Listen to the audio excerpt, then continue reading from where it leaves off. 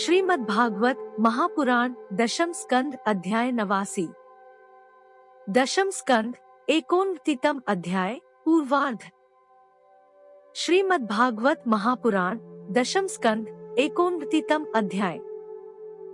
भृगु जी के द्वारा त्रिदेवों की परीक्षा तथा भगवान का मरे हुए ब्राह्मण बालकों को वापस लाना। श्री शुकदेव जी कहते हैं, परीक्षित, एक बार सरस्वती नदी के पावन तट पर यज्ञ प्रारंभ करने के लिए बड़े बड़े ऋषि मुनि एकत्र होकर बैठे। उन लोगों में इस विषय पर वाद विवाद चला कि ब्रह्मा, शिव और विष्णु में सबसे बड़ा कौन है। परीक्षित, उन लोगों ने यह बात जानने के लिए ब्रह्मा, विष्णु और शिव की परीक्षा लेने के उद्देश्य से ब्रह्मा के पुत्र भृगु जी को उनके पास भेजा। महर्षि भृगु सबसे पहले ब्रह्मा जी की सभा में गए। उन्होंने ब्रह्मा जी के धैर्य आदि की परीक्षा करने के लिए न उन्हें नमस्कार किया, न तो उनकी स्तुति ही की। इस पर ऐसा मालूम हुआ कि ब्रह्मा जी अपने तेज से दहक रहे हैं। उन्हें क्रोध आ गया, परंतु जब समर्थ ब्रह्मा जी ने देखा कि यह तो मेरा पुत्र ही है, तब अपने मन में उठे हुए क्रोध को भीतर ही भीतर विवेक बुद्धि से दबा लिया, ठीक वैसे ही जैसे कोई अग्नि मंथन से उत्पन्न अग्नि को जल से बुझा दे। वहां से महर्षि भृगु कैलाश में गए। देवाधिदेव भगवान शंकर ने जब देखा कि मेरे भाई भृगु जी आए हैं, तब उन्होंने बड़े आनंद से खड़े होकर उनका आलिंगन करने के लिए भुजाएं फैला दी, परंतु महर्षि भृगु ने उनसे आलिंगन करना स्वीकार न किया और कहा, तुम लोक और वेद की मर्यादा का उल्लंघन करते हो, इसलिए मैं तुमसे नहीं मिलता। भृगु जी की यह बात सुनकर भगवान शंकर क्रोध के मारे तिलमिला उठे। उनकी आंखें चढ़ गईं। उन्होंने त्रिशूल उठाकर महर्षि भृगु को मारना चाहा, परंतु उसी समय भगवती सती ने उनके चरणों पर गिरकर बहुत अनुनय विनय की और किसी प्रकार उनका क्रोध शांत किया। अब महर्षि भृगु जी भगवान विष्णु के निवास स्थान वैकुंठ में गए। उस समय भगवान विष्णु लक्ष्मी जी की गोद में अपना सिर रखकर लेते हुए थे। भृगु जी ने जाकर उनके वक्षस्थल पर एक लात कसकर जमा दी। भक्तवत्सल भगवान विष्णु लक्ष्मी जी के साथ उठ बैठे और झटपट अपनी शैया से नीचे उतरकर मुनि को सिर झुकाया, प्रणाम किया। भगवान ने कहा, ब्राह्मण, आपका स्वागत है, आप भले पधारे। इस आसन पर बैठकर कुछ क्षण विश्राम कीजिए। प्रभु, मुझे आपके शुभागमन का पता न था, इसी से मैं आपकी अगवानी न कर सका। मेरा अपराध क्षमा कीजिए। महामुने, आपके चरणकमल अत्यंत कोमल हैं। यूं कहकर भृगु जी के चरणों को भगवान अपने हाथों से सहलाने लगे और बोले, महर्षि, आपके चरणों का जल तीर्थों को भी तीर्थ बनाने वाला है। आप उससे वैकुंठ लोक, मुझे और मेरे अंदर रहने वाले लोकपालों को पवित्र कीजिए। भगवान, आपके चरणकमलों के स्पर्श से मेरे सारे पाप धुल गए। आज मैं लक्ष्मी का एकमात्र आश्रय हो गया। अब आपके चरणों से चिह्नित मेरे वक्षस्थल पर लक्ष्मी सदा सर्वदा निवास करेंगी। श्री शुकदेव जी कहते हैं, जब भगवान ने अत्यंत गंभीर वाणी से इस प्रकार कहा, तब भृगु जी परम सुखी और तृप्त हो गए।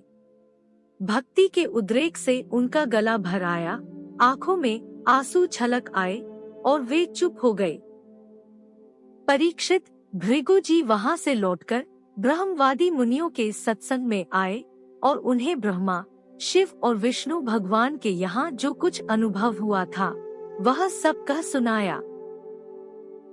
भृगु जी का अनुभव सुनकर सभी ऋषियों मुनियों को बड़ा विस्मय हुआ, उनका संदेह दूर हो गया।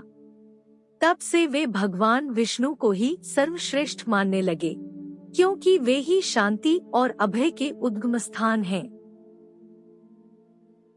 भगवान विष्णु से ही साक्षात धर्म, ज्ञान, वैराग्य 8 प्रकार के ऐश्वर्य और चित्त को शुद्ध करने वाला यश प्राप्त होता है।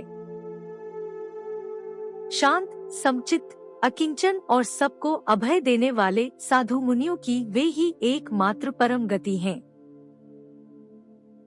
ऐसा सारे शास्त्र कहते हैं। उनकी प्रिय मूर्ति है सत्व और इष्ट देव है ब्राह्मण। निष्काम, शांत और निपुण बुद्धि, विवेक संपन्न पुरुष उनका भजन करते हैं।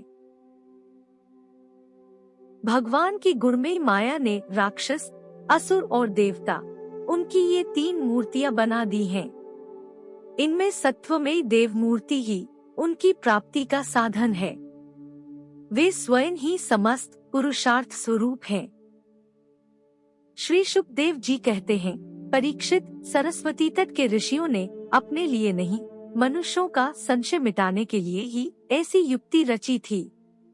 पुरुषोत्तम भगवान के चरण कमलों की सेवा करके उन्होंने उनका परम पद प्राप्त किया। सूत जी कहते हैं, शौनकादि ऋषियों भगवान पुरुषोत्तम की यह कमनीय कीर्तिकथा जन्म मृत्यु रूप संसार के भय को मिटाने वाली है। यह व्यासनंदन भगवान श्री शुकदेव जी के मुखारविंद से निकली हुई सुरभिमयी मधुमेह सुधाधारा है। इस संसार के लंबे पथ का जो बटोही अपने कानों के दोनों से इसका निरंतर पान करता रहता है, उसकी सारी थकावट जो जगत में इधर उधर भटकने से होती है, दूर हो जाती है। श्री शुकदेव जी कहते हैं, परीक्षित, एक दिन की बात है, द्वारकापुरी में किसी ब्राह्मणी के गर्भ से एक पुत्र पैदा हुआ, परंतु वह उसी समय पृथ्वी का स्पर्श होते ही मर गया। ब्राह्मण अपने बालक का मृत शरीर लेकर राजमहल के द्वार पर गया और वहां उसे रखकर अत्यंत आतुरता और दुखी मन से विलाप करता हुआ यह कहने लगा, इसमें संदेह नहीं कि ब्राह्मण द्रोही, धूर्त, कृपण और विषी राजा के कर्म दोष से ही मेरे बालक की मृत्यु हुई है। जो राजा हिंसापरायण, दुःशील और अजितेंद्रिय होता है, उसे राजा मानकर सेवा करने वाली प्रजा दरिद्र होकर दुख पर दुख भोगती रहती है और उसके सामने संकट पर संकट आते रहते हैं। परीक्षित, इसी प्रकार अपने दूसरे और तीसरे बालक के पैदा होते ही मर जाने पर वह ब्राह्मण लड़के की लाश राजमहल के दरवाजे पर डाल गया और वही बात कह गया। 9वें बालक के मरने पर जब वह वहां आया, तब उस समय भगवान श्री कृष्ण के पास अर्जुन भी बैठे हुए थे।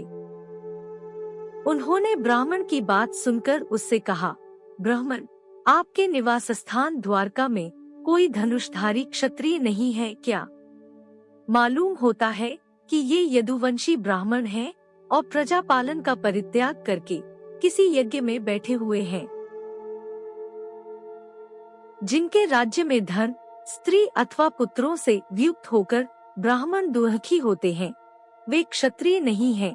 क्षत्रिय के वेश में पेट पालने वाले नट हैं। उनका जीवन व्यर्थ है। भगवान, मैं समझता हूँ कि आप स्त्री पुरुष अपने पुत्रों की मृत्यु से दीन हो रहे हैं। मैं आपकी संतान की रक्षा करूँगा। यदि मैं अपनी प्रतिज्ञा पूरी न कर सका तो आग में कूदकर जल मरूंगा और इस प्रकार मेरे पाप का प्रायश्चित हो जाएगा। ब्राह्मण ने कहा, अर्जुन, यहाँ बलराम जी, भगवान श्री कृष्ण, धनुर्धर शिरोमणि प्रद्युम्न, अद्वितीय योद्धा अनिरुद्ध भी जब मेरे बालकों की रक्षा करने में समर्थ नहीं हैं, इन जगदीश्वरों के लिए भी यह काम कठिन हो रहा है, तब तुम इसे कैसे करना चाहते हो? सचमुच यह तुम्हारी मूर्खता है। हम तुम्हारी इस बात पर बिल्कुल विश्वास नहीं करते। अर्जुन ने कहा, ब्राह्मण, मैं बलराम, श्री कृष्ण अथवा प्रद्युम्न नहीं हूँ। मैं हूँ अर्जुन, जिसका गांडीव नामक धनुष विश्व विख्यात है। ब्राह्मण देवता, आप मेरे बल पौरुष का तिरस्कार मत कीजिए। आप जानते नहीं, मैं अपने पराक्रम से भगवान शंकर को संतुष्ट कर चुका हूँ। भगवान, मैं आपसे अधिक क्या कहूँ? मैं युद्ध में साक्षात मृत्यु को भी जीतकर आपकी संतान ला दूंगा। परीक्षित, जब अर्जुन ने उस ब्राह्मण को इस प्रकार विश्वास दिलाया, तब वह लोगों से उनके बल पौरुष का बखान करता हुआ बड़ी प्रसन्नता से अपने घर लौट गया। प्रसव का समय निकट आने पर ब्राह्मण आतुर होकर अर्जुन के पास आया और कहने लगा, इस बार तुम मेरे बच्चे को मृत्यु से बचा लो। यह सुनकर अर्जुन ने शुद्ध जल से आचमन किया तथा भगवान शंकर को नमस्कार किया। फिर दिव्य अस्त्रों का स्मरण किया और गांडीव धनुष पर डोरी चढ़ाकर उसे हाथ में ले लिया। अर्जुन ने बाणों को अनेक प्रकार के अस्त्र मंत्रों से अभिमंत्रित करके प्रसव गृह को चारों ओर से घेर दिया। इस प्रकार उन्होंने सूतिका गृह के ऊपर नीचे अगल बगल बाणों का एक पिंजड़ा बना दिया। इसके बाद ब्राह्मणी के गर्भ से एक शिशु पैदा हुआ जो बार बार रो रहा था, परंतु देखते ही देखते वह सशरीर आकाश में अंतर्धान हो गया।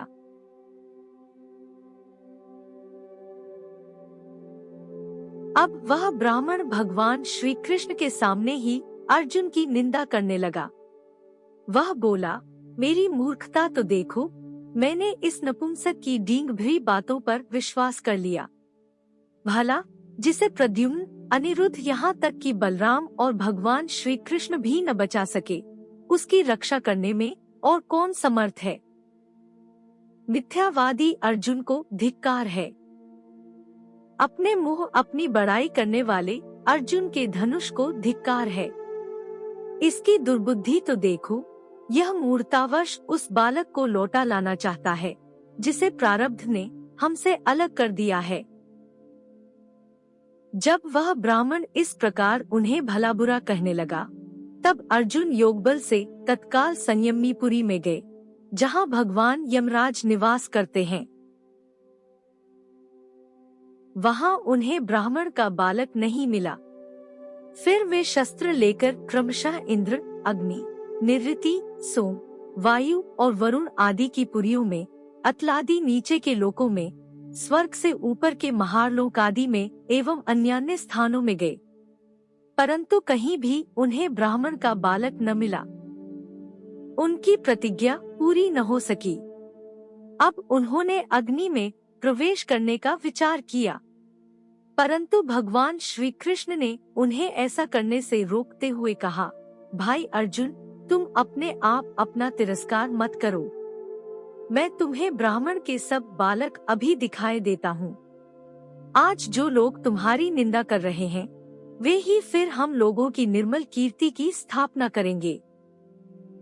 सर्वशक्तिमान भगवान श्री कृष्ण इस प्रकार समझा बुझाकर अर्जुन के साथ अपने दिव्य रथ पर सवार हुए और पश्चिम दिशा को प्रस्थान किया। उन्होंने 7 पर्वतों वाले 7 द्वीप, 7 समुद्र और लोकालोक पर्वत को लांघकर घोर अंधकार में प्रवेश किया। परीक्षित, वह अंधकार इतना घोर था कि उसमें शैव्य, सुग्रीव, मेघपुष्प और बलाहक नाम के 4 घोड़े अपना मार्ग भूलकर इधर उधर भटकने लगे। उन्हें कुछ सूझता ही न था। योगेश्वरों के भी परमेश्वर भगवान श्री कृष्ण ने घोड़ों की यह दशा देखकर अपने सहस्र सूर्यों के समान तेजस्वी चक्र को आगे चलने की आज्ञा दी।